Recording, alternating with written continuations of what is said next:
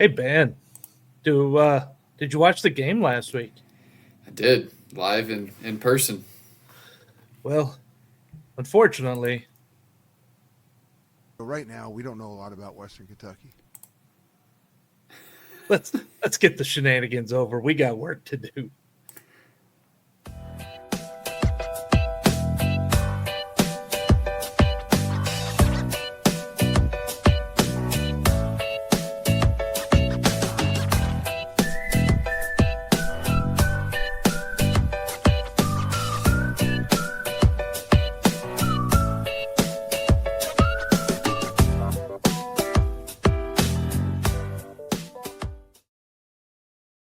Hello and welcome to March to the Pod, presented by Eternal Roofing, at least until this episode's over. It's roofing you can trust with your home, just like you trust us with Bearkat Sports. This is Season 3, Episode 7. Bearkats are bruised, little bruised ego. Will they bounce back against UNLV? That's what we're talking about today. I'm your host, producer, once banned, never muted, catfans.com member Cory Hogue. I'm on social media at Cory Hogue Sports, CoryHogue Sports, and check out Substack. You're going to be surprised to hear this. It's Cory Hogue Sports, CoryHogue Sports.substack.com. You'll find things from non-FBS, and you know what? I'm going to start posting this podcast. It's my page, Ben. I can do what I want. You can. I'm excited to see it there. That other voice you hear, that is the wizard behind Sports of SHSU on Twitter and Instagram. It's all one word. The COO of the Cat Fund, proud Bearkat himself, Benjamin Sorrells, and we just don't have time for my shenanigans today, Ben. There's so much to talk about. As much as I would love to troll the burnerverse on another day of the week and live rent-free inside their head, I entered Saturday. Right now, we don't know a lot about Western Kentucky. I kind of felt that way Saturday, to be honest with you. What was your score prediction going into it? I had say we'll get into that later. Actually, Yeah. I still have those down at the bottom of the script, but I had Sam covering. You were almost right on there last week. Let's see. I had 42-28 and it was 41-24. Yeah, you had 42-28. I had 30-23. I thought it would be a little more low scoring. I was wrong as usual and always. But we don't have time for my shenanigans for one reason. The owlsdaily.com and Casey Keeler took care of shenanigans for us this week. He had some comments to owlsdaily.com that was published on Sunday. Odd time, right after Sam Houston and Longo takes the first loss in the Longo era. But let's dive into some of these and really just kind of talk about them here for a couple of minutes. Keeler said, quote, "So I went in and sat with him." He's talking about Bobby Williams. "And it wasn't our habit to have weekly meetings or things." I know that too. I had one and got canned. So for him to want to sit down and have a conversation, it was something going on. He goes, "It might be time for you to leave." I'm like, I had a girlfriend tell me this once. It's not you, it's me. I think we've all been there. But the point was, he was like, "We're not going to be able to give you what you deserve in terms of your salary, coaches' salaries, NIL money. There's going to be some job opening up. I know in the past you've sort of, kind of looked, right? We know that. Texas State was a real flirtation." Keeler goes on later on in the story, another quote here, "But I understood where Bobby was coming from. I probably was going to start getting frustrated.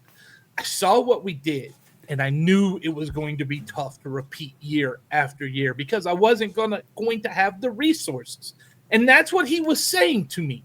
We can't give you the things.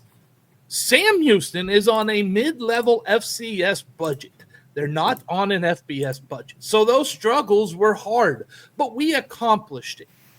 But he wanted me. I think out of fairness to me, I know we should try to grow this thing, but we're going to try to do a stadium, and that's going to really limit our opportunities to raise any money for anything else.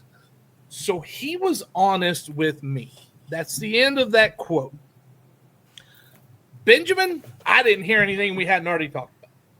Yeah, and I think it does peel back the curtain a little bit on the move. Some people were thinking end of his career, wanted to go back home, finish things out there, which was half of it. But I think this conversation with Bobby from Bobby was facilitated because Keeler was asking for things, and I think Bobby realized they weren't going to be able to get him those things, and it had become a common theme. The biggest one, assistants pay.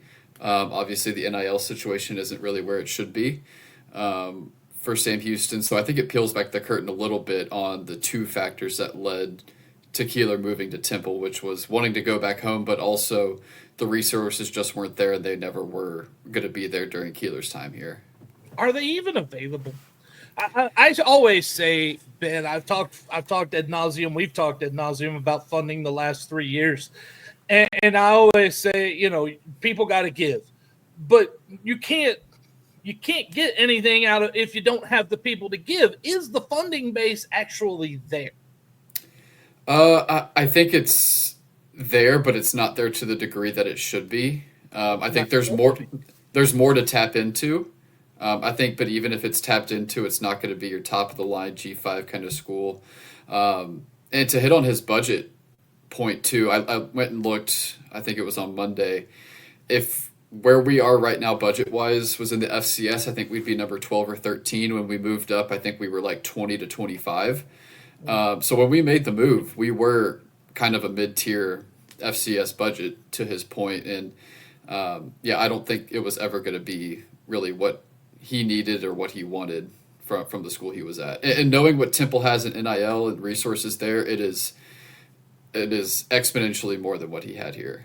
Oh, it's a private school. He's in a much better situation. He's got to deal with snow. That sucks. But did you find anything? Is there anything to glean conspiracy theory? We all love, everybody loves conspiracy theories. Is there anything to glean from the timing of this coming out the day after Sam Houston lost on linear television? No, I don't think so. I don't think it had anything to do with it. I think it's just a thing that their beat guy wanted to talk through a week before their season. And I think he started the article with, we've heard all the reasons why Keeler wanted to come to Temple, but we haven't talked about why he left Sam Houston. So I think it's just kind of rounding out the coverage on your new head coach before they start up their season. Well, Mr. OwlsDaily.com, it's not your damn business to know why Keeler left. Anyway, enough of that. Hey, let's listen. Ooh, before we hear from our friends over at Eternal Roofing, more news. It was actually going to take this segment until they popped that out on Sunday.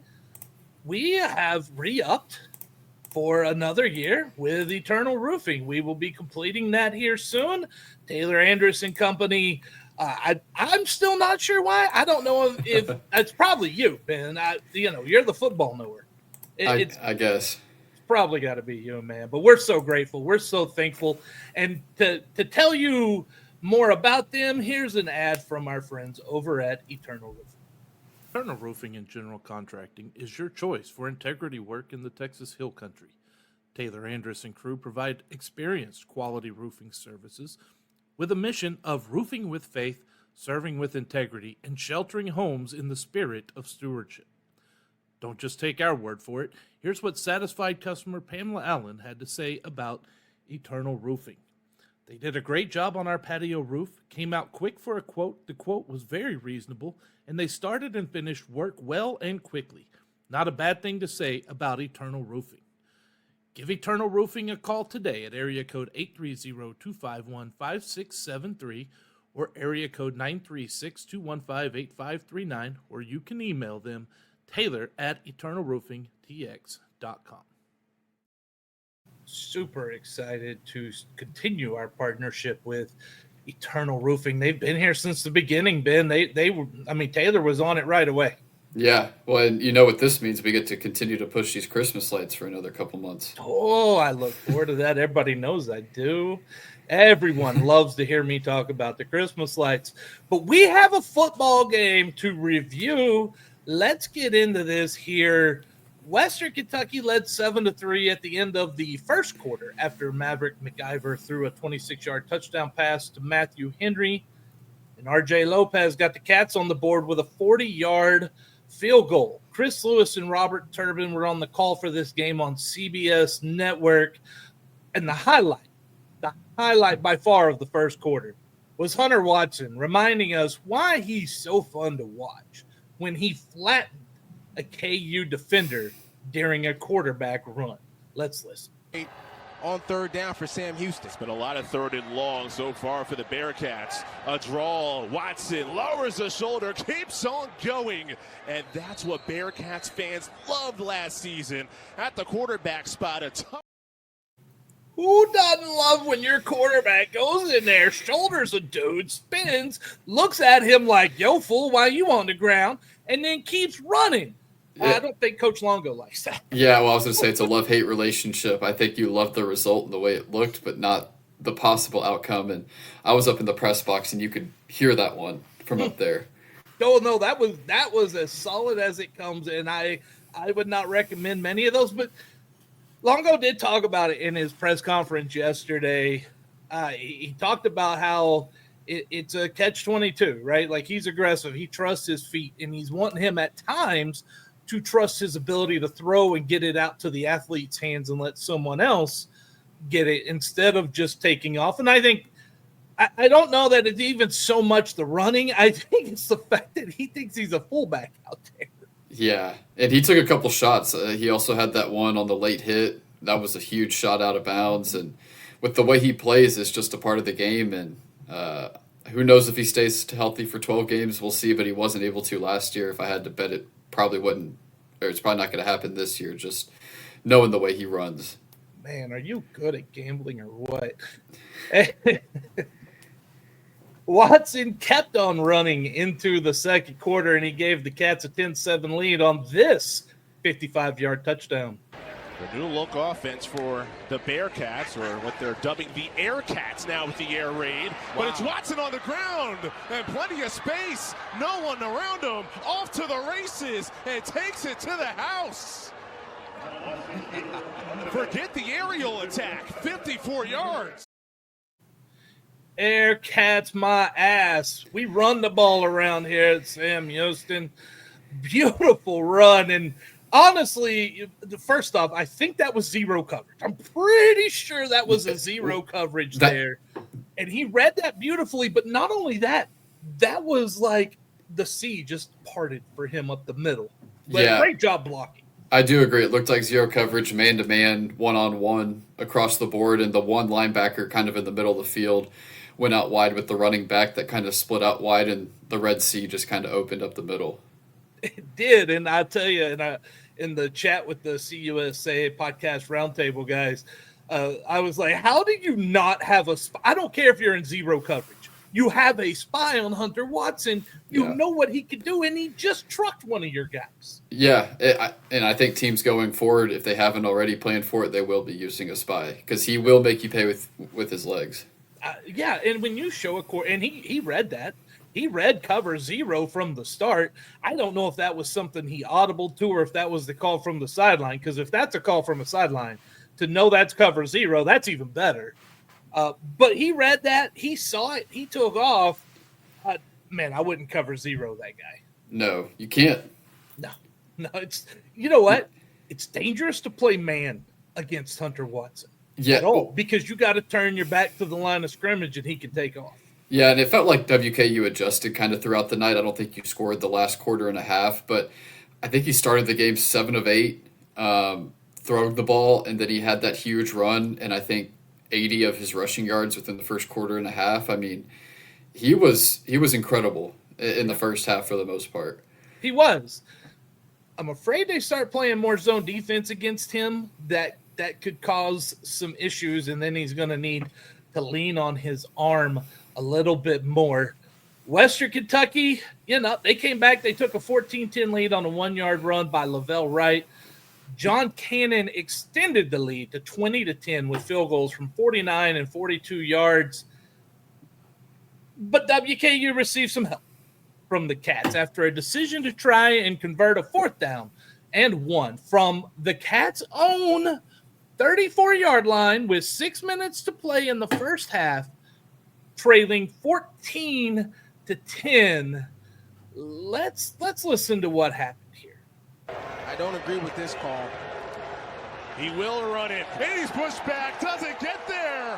Western Kentucky, it's a new year. The run defense is strong when they need it. Jalen Western makes a play. And Western Kentucky takes over in great field position. I didn't agree with that call either, Robert Turbin. Yeah.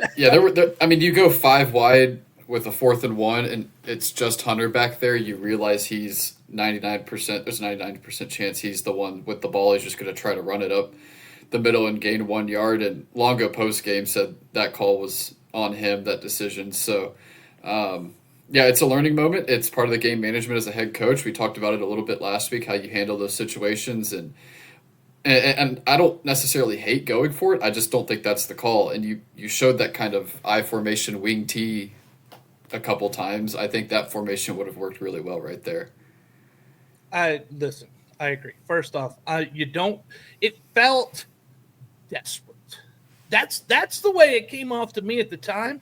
And still today, I see it as a desperate call, right? The other team just took the lead. We got to respond. No, you're inside your own 40. You've got 6 minutes. Punt the ball. Your defense wasn't playing horrible at that point. Let's see if we can get to half. Maybe they kick another field goal. You're down 6 instead of 10. Yeah. And then the play call. That's the biggest issue I had with it. It is by far the biggest issue. Isn't the decision to go? I can kind of get that. But you're calling a play. Look, man. Everyone knows you're running the. You're not going to throw that ball. You're not. You're not going to do it. It was shortly after the big run too, so I mean it was pretty obvious where the ball was going. Yeah, and so if you need a yard, the other team also knows you need that yard. You need to get in there and go power. You need because I don't know if you noticed, but that nose took 2 Sam Houston defenders right back into Hunter Watson. Yeah, well, and that's what I was talking about last week. They had a couple 320, 330s at nose tackle, and it showed up there. It certainly did, but 20-10 at halftime. What were your thoughts at that point then? It kind of felt like the game was starting to slip away. You went up 10-7. WKU finished on a 13-0 run. You had that 4th down debacle. The defense was starting to fade a little bit. But all in all, you got the ball to start the second half. You weren't in a terrible position, but it definitely felt like momentum was starting to swing towards WKU. Oh, ye of little faith. The Cats come out in the second half, and they come out on a mission. Alton McCaskill takes the handoff on the first play, sets the tone early with an extremely physical run. Let's watch this one. To start the second, Alton McCaskill runs through a couple of tackles, tough to bring down. That's the first play of the second half. He goes running right through a couple of Hilltoppers on his way, Ben. That just set the stage. Yeah, and that drive was the Alton McCaskill drive. It was him. Here comes the next play. Let's watch this one. It is the air raid offense, but they want to be able to run the ball like this. McCaskill navigates near side. Does he have the strides? Not quite, but still a huge chunk on the ground. Chris Lewis twice. He says air raid, and they break off a big run. Yeah. Air raid my ass, Chris Lewis. Yeah, I was going to say too. That was. It goes kind of unnoticed, but that was really good vision by McCaskill. It looks like the run is kind of through the A gap. He takes 1/2 a second, slides over to the left, finds the opening, and just hits it. So I mean, it was good vision on that one right there. 52 yards later, the Cats were inside the Hilltoppers' 10-yard line. And you know what? There was no reason to give the ball to anyone else. So why not let McCaskill finish it off with a 1-yard touchdown? And it, in true McCaskill style on that drive, it was a physical touchdown. Under center on 1st and goal. Here's McCaskill, blasts his way through. Alton McCaskill, touchdown, Sam Houston. What a way to strike to begin the second half. Holy smokes, Ben, did you see? They have a power set. That's what, yeah, I don't know. What, I formation, wing T, power, whatever. I mean, that's the kind of formation you should have gone to on 4th and inches. They had 2 H-backs Yeah. on that play. A tailback, 2 H. You have essentially 7 offensive linemen in the game right there. And I've seen the Cowboys do that too. And look, Mike McCarthy ain't, he's pretty good at offense. He can't tell time crap, but that's a whole nother issue. The Cats pull within 3, right? The defense, they saw what just happened.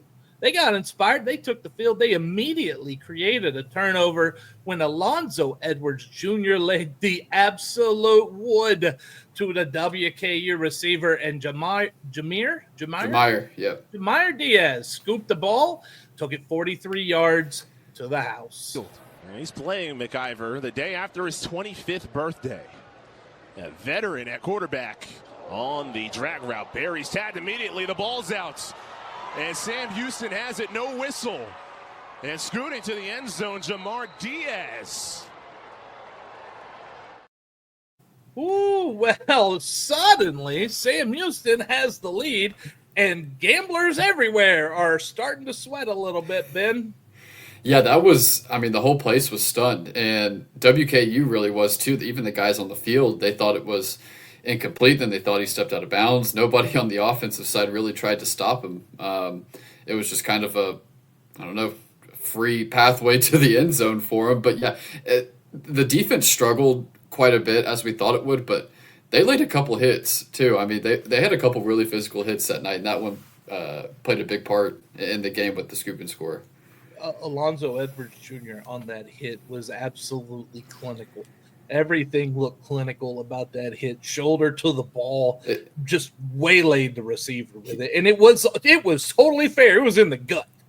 Yeah, well, he needed that one too. It was a rough night in coverage for Alonzo. He was the one matched up with Matthew Henry, the star receiver for WKU. So yeah, Alonzo made a great play there. It was a rough night in coverage, but that was obviously a huge play. Don't blame that guy because he can't hang with D2 guys. Come on, man. That gave Sam Houston a 24-20 lead just over 3 minutes into the second half. And then reality came crashing down on the Cats. Maverick McIver threw 2 touchdown passes, added a 4-yard touchdown run. Western Kentucky walks away with a 41-24 victory. And here's what head coach Phil Longo had to say after the game. Thoughts on the game? Getting asked those questions right after the game is frustrating because you want to go watch the film. Right? I thought slow start offensively, without question. Didn't do a good job on first down. That was our problem most of the night. Thought Western Kentucky did a good job of keeping us behind the chains. Defensively, I thought they bailed us out at times. Thought they did a good job. Probably kept them on the field a little bit too much. We need to stay in some drives and play complementary football. So tonight, just coming right off the field here, I thought we need to do more to help the defense. I thought Hunter did a good job, made some good decisions, played hard, ran the ball well, threw the ball well. But we had some lack of execution on offense, and I think that'll be the point of emphasis here heading into week number 2. Obviously, Coach, a lot of the talk about, quarterback. What were your impressions of Hunter tonight? What were you seeing from him that you liked? With quarterback play, you don't see what's going on when he's out there with regards to the decisions that he makes, the things that he does. We have 3 or 4 plays he and I talked about on the sideline that we'd like to have back that we could manage better. Some of them are just damage control plays where the plan doesn't work, and instead of giving up the 7-yard sack to get rid of the football, there's just sometimes an incomplete is your friend. So there's things that we can take and we can learn from that we'll teach off of. And will ultimately get better next week because he's a competitor and he prepares hard. But for his first day in this offense, I thought he threw it well, I thought he ran it well, and the part you don't see is he did a great job of making some decisions with regards to the play calls we're out on the field. Benjamin? Yeah, a couple big plays defensively, but what was your overall thoughts on how the defense played tonight? I thought the defense played well. I thought we gave up some yardage at times, did a good job in the red zone. We came up with some big plays in the second half to help us out a little bit. We went for it on the fourth down there. Didn't do a very good job there. The defense bailed us out. I think they gave up the field goal, which is really on me, not them. So overall, with so many new faces and a new system, I thought our guys played really physical. I thought we had a couple minor injuries in the secondary, so we had to roll through some depth there. So the fact that we've been given equal reps to the ones and twos benefited us tonight a little bit, just because those twos that came in actually did a good job and supported the rest of the defense. So overall, for opening day, I was pleased with what I saw defensively from an upside standpoint. Yeah. But we've got some execution things, special teams, offense, defense to work on all the way through before game 2 against UNLV. Yep. And then running backs were heavily involved in the passing game tonight. Was that kind of by design, or did you want to get the wide receivers a little more involved than they were? It's just it's a characteristic of the offense. I think the RBs did a good job. When they add defenders, double team guys, drop 8, 10, 12 yards and take away your wide receivers, the RBs become a huge factor. That's part of the offense. And, they did a good job with that piece of it. I think the best thing we could have done on offense was perform and execute better on first down. I thought we might have even gotten more out of the running backs than we did. Appreciate it, Coach. That was head coach Phil Longo after the game, his thoughts. And listen, there were a couple of comments in there about the timing of a post-game press conference, of not being able to see the film. He gave decent answers, but that attitude, Benjamin, it's time for me to have a solo talk with Coach Phil Longo. That attitude that you have had on multiple occasions with the media, it just doesn't need to happen. Listen, I know you don't want to talk to the media after a loss. No coach does. It's not ideal for any of us. I don't like interviewing coaches that lost either. Trust me. We all want you to win. It's much easier to write when you win, and it's so much easier to have a press conference when you win. Fact is, you don't always win. The other thing is, you wanted this job. You begged, you pulled all strings imaginable for this job. Part of this position you coveted is dealing with the media. Like it or not. We're not expecting you or asking you to kiss our ass. I don't care. Admittedly, you know far more about football than us. I get it. All the writers wanted some respect. Understand we have a job to do. You don't have to enjoy this part of your job. We're not asking to be your friend. Just common courtesy. You spoke ad nauseum in the offseason about relationships with your players. The media can help spread your side of the story. The choice is yours. We'd much rather spread positivity about your program. Help us, help you, Coach. We really can and want to help you. And that is Corey Hogue's talk with Coach Longo. Benjamin, your thoughts? Yeah, I mean, it's been kind of a rough go of it for everybody in the media, and not necessarily the availability or anything like that. It's just you get kind of especially leading up to the game, the hidden answers or lack thereof an answer, which is a little frustrating, and not a ton of transparency, which I get to a degree. And it's just a part of the job. I thought he had a good press conference yesterday, better one, revealing a little more info, being a little more personable kind of thing. I think I don't know. I was talking to you about it afterwards, and on the Bearkat Sports Network, their version of the interview that they published, I think it was just a little frustrating that, he walked up and said, let's get this done quick kind of thing, and clearly wanted to get it done quick. So it's part of the job. He'll learn. He's new to it. As long as you make improvements, that's the big thing. I mean, we want to help, like you said. We want the information, whatever it is. We want to tell the right side of the story. But yeah, like you said, watching the film, I know who you started with. It's frustrating getting asked questions because you just want to watch film kind of thing, which I get the frustration. We just hope there's progress. And I think there was some yesterday. We also know that you haven't had a chance to watch film 10 minutes after the game. We understand that. And He ain't the first, he ain't the last. But I think the thing is, some coaches have such the media gets a bad rap a lot of times. And look, there's times it's well deserved and well earned, but just like society, not everybody is that way. And so you don't need to treat us as if we've done something to you when yet we really haven't. All we want to do is we want to tell the narrative. And you know who sets the narrative? You do. Casey Keeler understood that beautifully. You could not talk to him in a press conference without him you knew 3 or 4 times he would give you exactly the narrative that he wanted out there. And let me tell you something, as a writer during the national championship season, that made stories a hell of a lot of fun. It makes losing stories easier.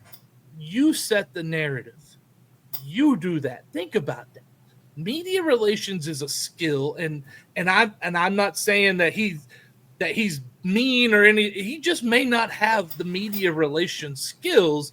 Maybe that would be something to look into. Yeah, we'll see. I mean, like I said, time will tell as we go on. It's not a huge deal or factor to the play on the field. It's just a little thing. It is in the media for us. Oh, yeah, and it gives me something to complain about and give a little talk to Coach Longo.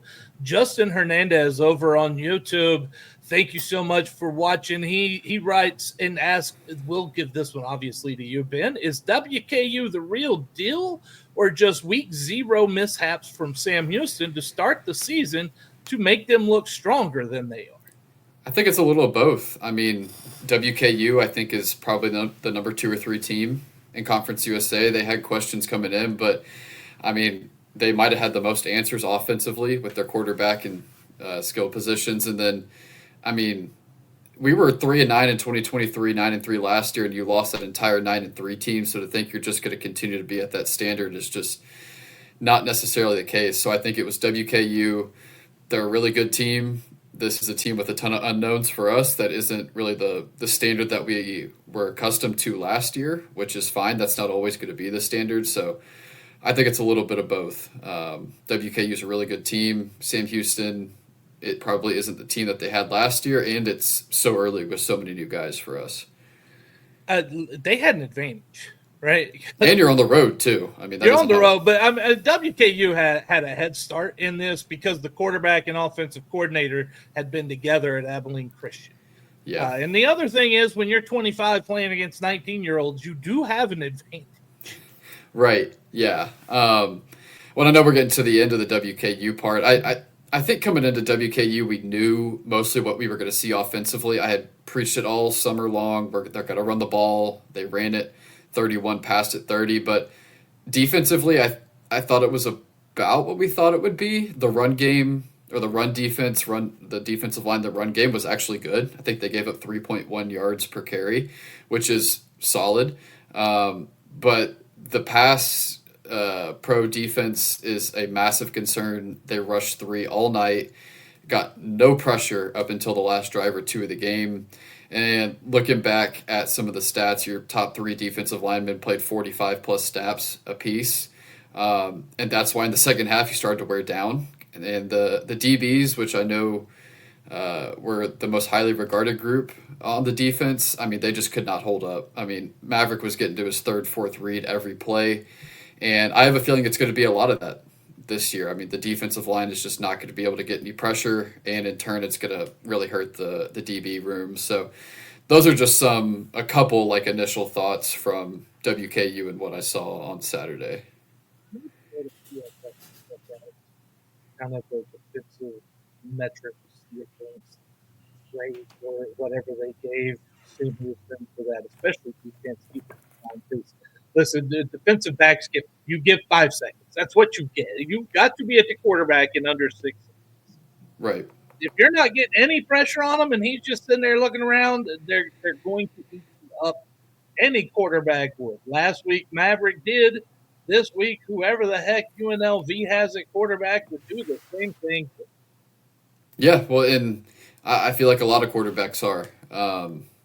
And it's definitely a cause for concern. And even the linebacker group, I mean, they did an incredible job in the run game. I thought that's part of why they were so good in the run. Fish and Johnson and Tokyo Gordon did a great job, but I think it was the last touchdown on the back corner of the end zone. Antavius Fish got matched up one-on-one with the running back because he went cover zero and brought some pressure, and he just could not hold up. So it's definitely a huge cause for concern this year. You're not going to be able to get pressure unless you bring a ton of guys, and then you leave yourself exposed on the back end. And if you only bring 3, you're never going to get pressure, and you're not going to be able to hold up on the back end. So it's tough for the defense. It is tough for the defense. And we have another thing that game that we were not going to really talk about much until the next segment, injury report. And there were some key injuries, some critical injuries to some key players too the other night for Sam Houston. Ben will give us an update after the press conference on that yesterday. But at first, if you're enjoying the show, help us grow. You can rate us, review, march to the pod on your favorite podcast platform. Follow us on Podbean at marchtothepod.podbean.com. Find us on Twitter and Facebook at March to the Pod. March the number 2, the pod, all one word.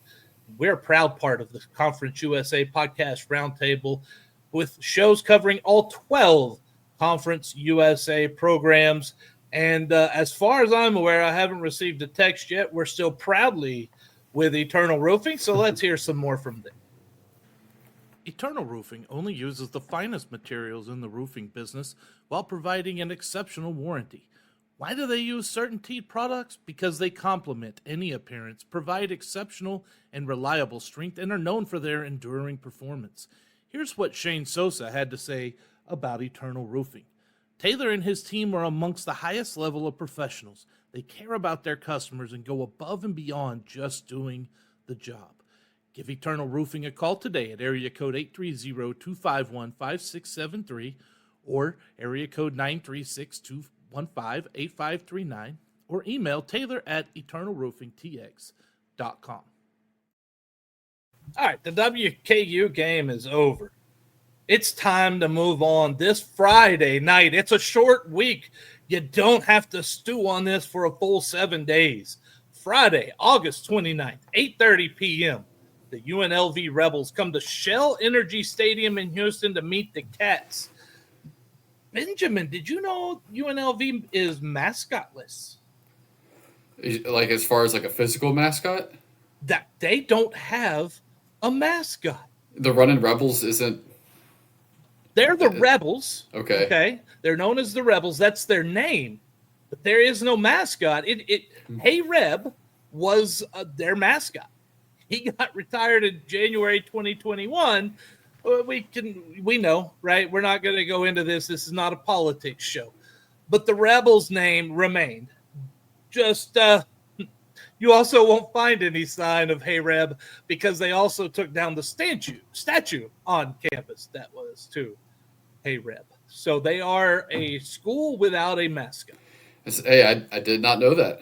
Well, now you do. How about that? The game will air on CBS Sports Network again. Oh, once again, I need to make sure you understand it is not on CBS. It's on CBS Sports Network. This week, Rich Waltz is on the play-by-play. Robert Turbin is going to follow the team back to Texas. He may even got on the plane with him for analysis, and Tiffany Blackman's going to be reporting from the sidelines. Last week, UNLV comes in having just barely gotten by FCS Powerhouse, Idaho State, right? Maybe regular Idaho is maybe a powerhouse, but I don't know about Idaho State. Oh, no, the Bengals are not, but they dang near took down the Rebels. It was 38-31 last week. UNLV was on the ropes, and you're going to hear a common thing from me here as we go along through this preview and we get into the predictions. I did not know, and that's on me, that Dan Mullen is the head coach at UNLV. That changes my entire opinion about that program. Dan Mullen can't coach himself out of a wet paper bag. We've seen it. Yeah, now, Florida. Yeah, Mississippi State, right? Yeah. It's not great, but it is still a team that is expected to beat Sam Houston. Let's look at the series history. This is the first time these two teams will have met on the gridiron. Sam Houston returns. It's a home and home, and the return game at UNLV. It's in Allegiant Stadium, by the way, home of the Raiders. That's going to be one. Go ahead and get your tickets and credential in for that one. September the 17th, 2033. That is when they're going to return this game at UNLV. By then, Allegiant Stadium might be broken down. Who knows what college football looks like? I can almost guarantee that game will not be played. Yeah, 18 players from Texas on UNLV's roster, so that's going to be a big part for them. They'll have some fans there if they've got that many players from Texas. And Sam Houston playing in Houston, 1927-1 all time. But that's just what I'm telling you. We got press conferences to hear what the coaches actually think.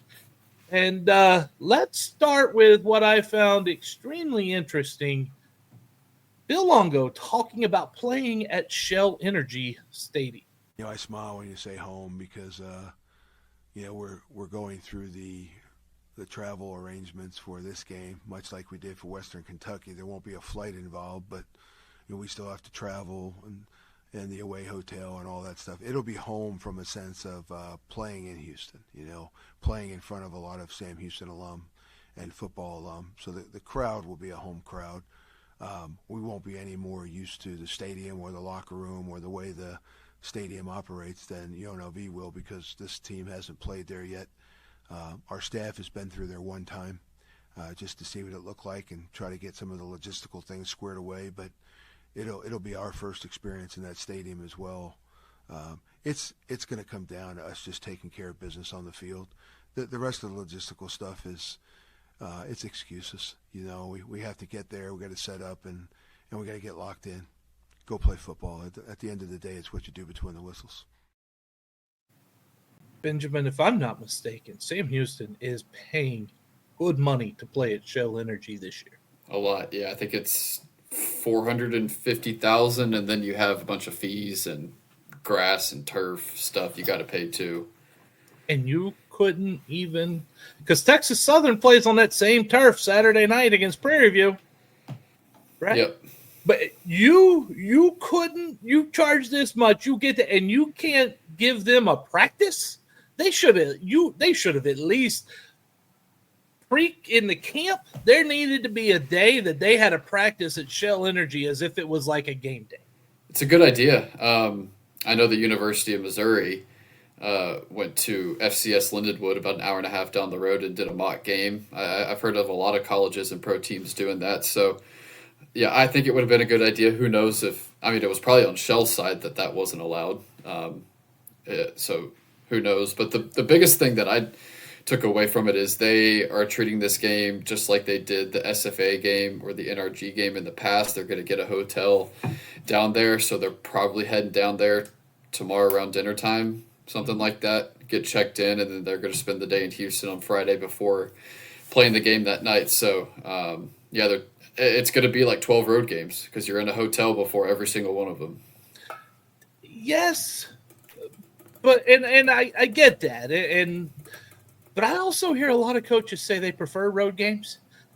I know they complain when they don't get to home games, but then coaches love going on the road because they can control what time they go to sleep. They control what these guys get to eat the night before. Not as big at D1 as it is at the other levels that I cover that are lower, obviously.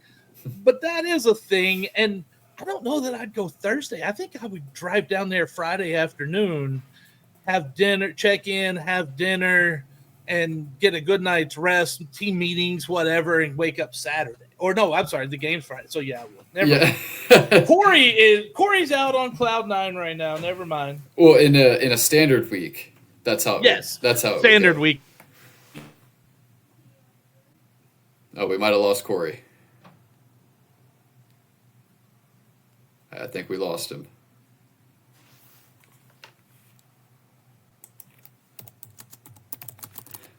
So I guess I will take it from here. He's still out of it. as I pull up the script and take host duties. He's still got himself muted now. Can you hear me? There we go. You got me? Yeah, I was about to start rambling. I heard. I got concerned. I had to get back in. Yeah, you're good. All right. Well, Dan Mullen. By the way, you want to? I talked about Longo's press conferences. Thank God I don't have to listen to Dan Mullen every week. I'm just seriously like listening. I was flipping through that. It was something. And so he didn't. No one asked him a question about the Sam Houston game. Yeah. No one. So here is what Mullen had to say about the road game. Obviously getting ready, different challenge going on the road this week again with a new team. I looked at something the other day, right, and that was amazing. Which the big growth, like if you take our 25 starters, like the 11 offense, 11 defense, the 3 specialists. Am I right on? Like, so 23 of them, there was first time starters of the 25 for us. So that was interesting. But that experience, and this will be a different one this week. Every week is going to kind of like the interesting part by mid-season.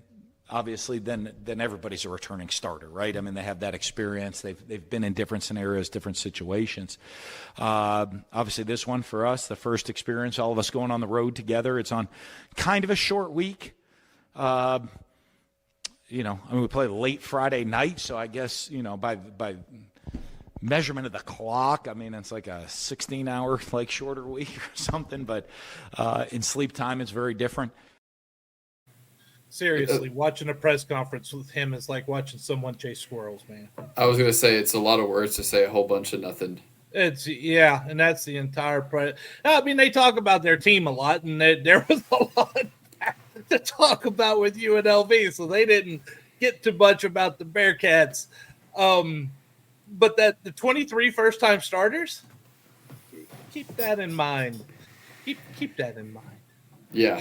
Well, that tells you a lot. And then you put 23 first-time starters with the coaching ability of Dan Mullen, and you got catastrophe waiting to happen. It almost happened last week. Yeah. It almost did. Will it happen this week? That's the next segment, isn't it? It is.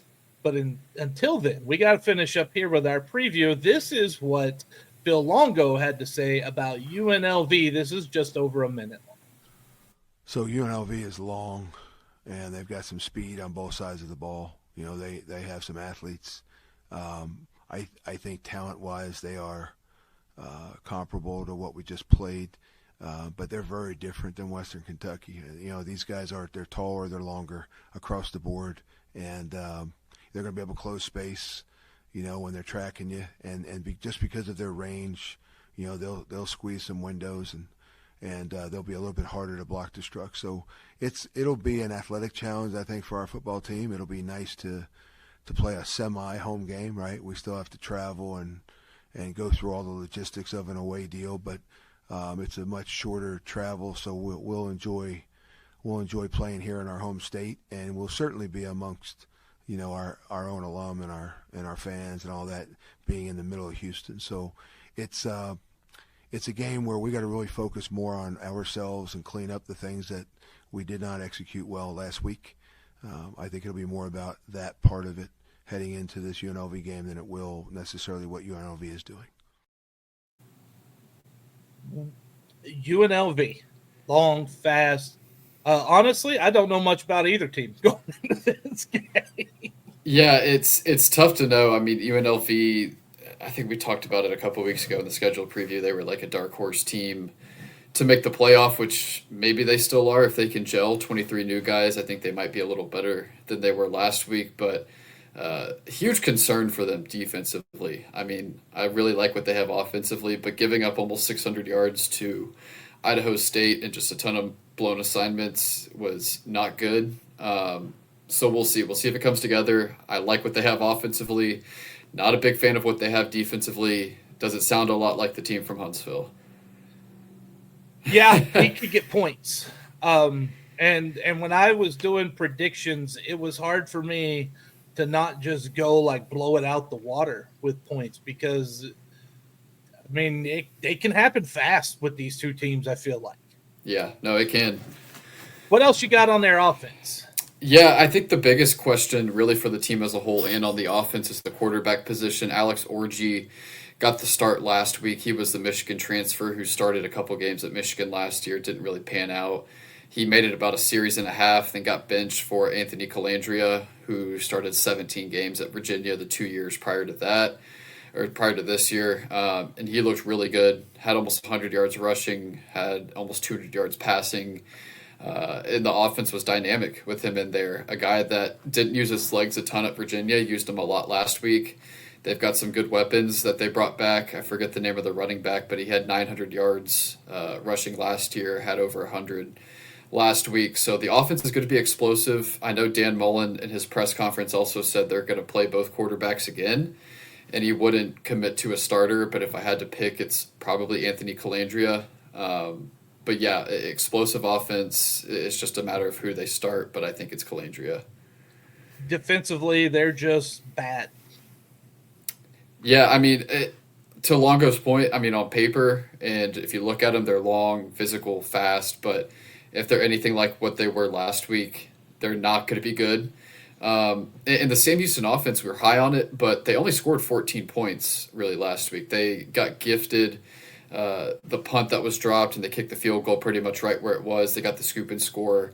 So the offense really only scored 14, so there's still something to be desired from the Sam Houston offense, but I think they're still going to be able to move the ball pretty efficiently against UNLV. I think so too. We have predictions and a lot more to talk about, but it is August 27th. This coming up weekend, if I remember correctly, because I don't even these like blow by me. I think it's Labor Day this weekend. It's a holiday for a lot of people. Yeah. If you aren't on the Christmas list, the Christmas lights list, it is a list, and you need to get on at Eternal Roofing because September you're starting to cut it close. Yeah. Like we said, November last year, they were full. They were full. Hey, I'm telling you, you're cutting it close. Here's how you could get on that list for your Christmas lights. Eternal Roofing is locally owned and dedicated to giving back to the community by supporting local organizations and charities.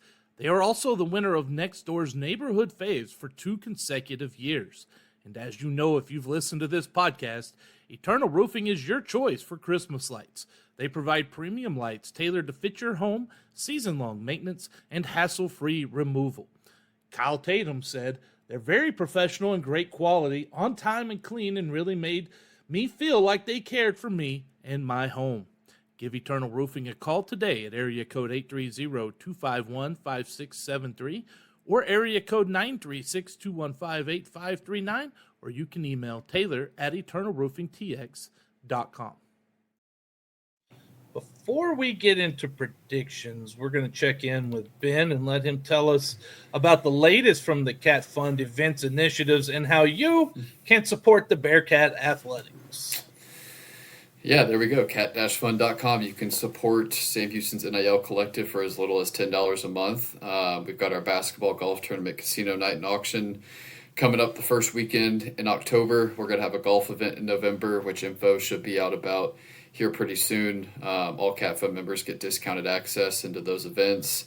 Had a lot of exclusive insider info before the first football game leading up to it. Had the quarterback news on there almost a week before the game, so we have that in there too. So definitely want to sign up, support the team, support the athletes, and then you get really cool stuff in return also, like stuff I just mentioned, and merch, apparel, stickers, all that kind of good stuff. Ooh, did you see how good the producer just did? That was great. Like, Better I than know last you week. were busy talking about Cat Fund. I was busy looking at how good I was doing. And when last week it was you on the screen while I was talking, so it's a step in the right direction. Oh no, that's a big step in the right direction if they're not having to look at me alone on the screen. All right. Time for predictions. We're going to run through this relatively quickly because we don't want to keep you too much longer. Nevada, Las Vegas at Sam Houston, 8:30 p.m. Friday night, CBS Sports Network. Season records. Well, WKU last week. Let's look at that one first. WKU minus 10, total 60.5. Ben had Western Kentucky winning. We talked about that. Enough celebration for Ben. Enough of that stuff. Good Lord, you know? Yeah. I'll take it. Cory had Western Kentucky winning 30-23. Yeah, there you go. Ben is 1-0 against the spread, 1-0 total. Cory 0-1 on both. So that is where we stand coming into this week. Now, Vegas lines, this is all via Bet365. It opened UNLV minus 13.5 with a total of 58.5. After last week's showings, it's now UNLV 9.5. It's been bet down 4 points off of the 2 touchdowns, and the total has been bet up to 62.5 with questions about defense on both sides. Vegas projection has UNLV winning 35.5-26. And look, I know there is no half point unless, UNLV puts one out there, right, Tepper? I'm just saying. I saw that. Yeah, no, I loved it. I thought that was hilarious. So Vegas has UNLV 35.5-26 winners. Ben, what do you have to say? Yeah, so I had the over from the beginning, still have the over. I had Sam Houston covering the original line. I've got them just outside of it now. I have UNLV 45-35. So it's a 10-point margin, which has UNLV covering by half a point, the non-existent half a point. So going to go way over with 80. I think that's pretty clearly the play with both of these defenses, and I think the tempo is going to be high, a lot of points scored. But similar to last week, I just don't think Sam Houston has the depth that a UNLV team has, and it's going to show up towards the end. And so I'm going to go 45-35 UNLV. All right. Ben, 45-35. Now, I went a couple of different ways throughout the day with this. First, I said, well, I think this. Right, and then I went, but wait a minute, wait. If Vegas said initially 14, maybe that's how good UNLV really is. So then I started thinking maybe they could cover that 9.5 pretty easily because I think we're all set that it's going to go over this week. Yep. So then I had lunch. But during lunch, Ben, I had another thought. And that thought was, my God, Dan Mullen is the coach of UNLV. He's got 23 starters that have never played together on the road. It's their first road start. Dan Mullen can't coach. Surely Sam Houston could win.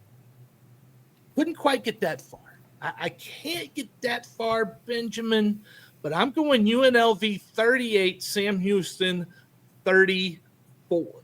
That's where I'm going. I think it's going to be close. I honestly, I really would like a 45-42 game right now because I really think the points could be that high. Yeah. But then Sam Houston does run the ball well. Dan Mullen will run the ball some. I'm going 72 points. I'm going Sam Houston covers and the over. Ben has UNLV covering and the over as well. I mean, this is just so weird picking these overs for these totals after the past 2 years. I mean, we had, a 10-7 game, 9-3 game last year, some other just really low-scoring games. It's just so weird to be predicting these kind of scores. It's the air raid, man, right? Isn't that what it is? The Bearkats, right? The Bearkats. Yeah. Chris Lewis ain't back. We get Turbin back this week. Yeah. That's good. Well, that's a wrap for this episode of March to the Pod presented by Eternal Roofing. Thank you for joining us, whether you're watching us on Twitter, Facebook, or YouTube, or listening to us wherever you get your podcasts.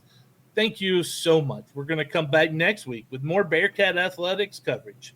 Until then, Benjamin, take us home. Eat 'em up, Cat. Score early, score often, score a lot, and score more than UNLV. Score.